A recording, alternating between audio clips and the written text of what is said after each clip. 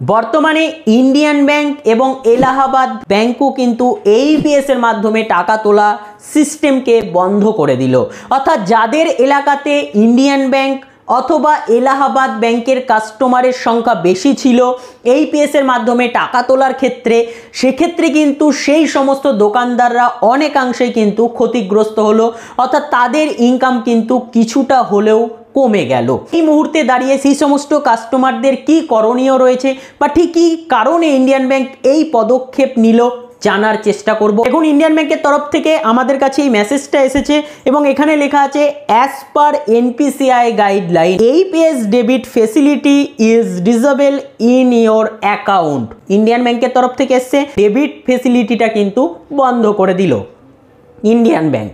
Please contact your home branch for enabling the same Indian bank.